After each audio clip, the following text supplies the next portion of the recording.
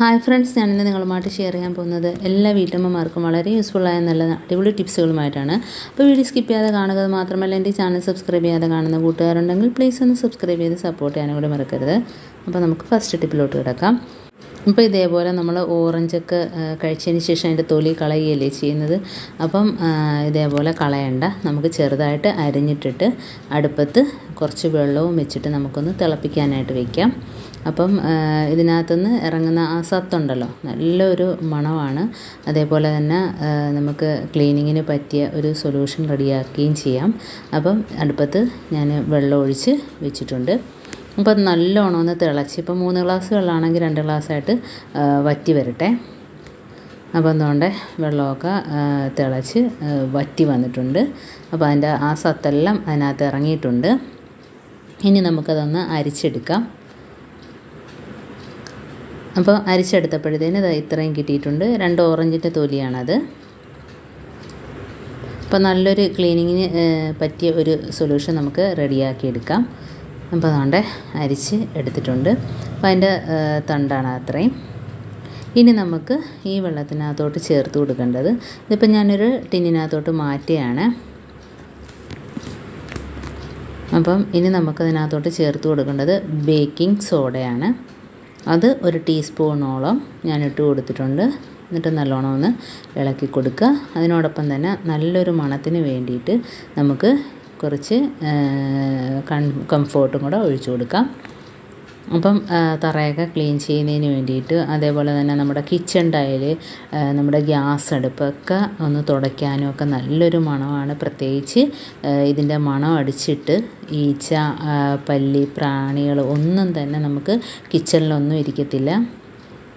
അതേപോലെ തന്നെ പാറ്റ, ഇങ്ങനെയൊക്കെയുള്ള ശല്യം ഉണ്ടാകുന്ന സ്ഥലത്ത് നമുക്കിതൊന്ന് സ്പ്രേ ചെയ്ത് കൊടുക്കുകയോ അതല്ലെങ്കിൽ തുടച്ചു കൊടുക്കുകയോ ചെയ്യാം. ഇപ്പോൾ ഇതിനായിട്ട് ഞാൻ കുറച്ച് വെള്ളം ബേസിനകത്തോട്ട് എടുത്തിട്ടുണ്ട്. ഇനി നമുക്കിതിനകത്തോട്ട് കുറച്ച് ഒഴിച്ചു കൊടുക്കാം. അപ്പോൾ ആ ഒരു സൊല്യൂഷൻ നമുക്ക് കുറച്ച് ഒഴിച്ചു കൊടുക്കാം. അപ്പോൾ നല്ലൊരു മണമാണ്. ഇത് നിങ്ങളൊന്ന് ചെയ്ത് നോക്കുക തന്നെ വേണം. ഇനി ഒരു ടവൽ നമുക്ക് മുക്കിയിട്ട് നമ്മുടെ ഗ്യാസ് സ്റ്റോപ്പും അതേപോലെ തന്നെ കിച്ചൺ ടൈലും ഒക്കെ തുടച്ചെടുക്കാം. അപ്പം അവിടെ ഇരിക്കുന്ന ഈച്ച, പാറ്റ, അതേപോലെ തന്നെ പല്ലി, ഇങ്ങനെയൊക്കെയുള്ള സാധനങ്ങൾ അവിടെ ആ ഭാഗത്തോട്ടേ വരത്തില്ല. അതേപോലെ തന്നെ നമ്മുടെ ഗ്യാസ് സ്റ്റോപ്പ് നല്ലൊരു മണമായിരിക്കും. ഇപ്പം നമ്മൾ മീനൊക്കെ കണ്ടിച്ച് കറിയൊക്കെ വെച്ചിട്ടുണ്ടെങ്കിൽ തന്നെയും കിച്ചണിൽ നല്ലൊരു മണമാണ്. ഇതൊന്ന് സ്പ്രേ ചെയ്ത് കൊടുത്താൽ. അപ്പം അതേപോലെ തന്നെ ഇനി ഞാൻ തറ തുടയ്ക്കാൻ പോകുന്നതും ആ വെള്ളത്തിൽ തന്നെ നമുക്ക് തറയും തുടച്ചെടുക്കാം.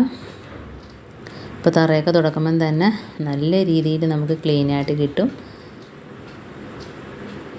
പ്രത്യേകിച്ച് ഇതിനകത്ത് ബേക്കിംഗ് പൗഡർ ചേർത്തിട്ടുണ്ട്. പിന്നെ നല്ലൊരു മണത്തിന് വേണ്ടി കംഫോർട്ടും കൂടെ ഉണ്ട്.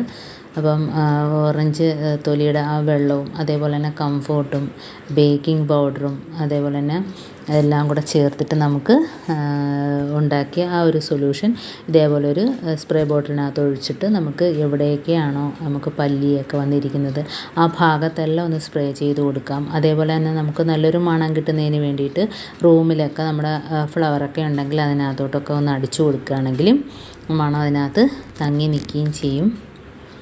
അപ്പോൾ റൂമാകെ നല്ല മണമാണ് കണ്ടോ. ഇപ്പോൾ അടിച്ചു കൊടുത്തിട്ട് അപ്പോൾ ഇതിനകത്തൊക്കെ അടിച്ചു കൊടുത്താൽ കുറേ നേരത്തേക്ക് ആ മണമൊക്കെ അതിനകത്ത് തങ്ങി നിൽക്കും. അതേപോലെ കുറച്ച് സൊല്യൂഷൻ സിങ്കിലും വാഷ് ബേസിനിലൊക്കെ ഒഴിക്കുകയാണെങ്കിൽ അതിനകത്തുള്ള ചെറിയ ബ്ലോക്കൊക്കെ മാറി കിട്ടും. അതുപോലെ പയർ, കടല ആയാലും. അപ്പോൾ നമുക്ക് ചീത്തയാകാതിരിക്കണമെങ്കിൽ ഇതിനകത്ത് കുറച്ച് ഉപ്പ് ഇട്ട് കൊടുക്കുക.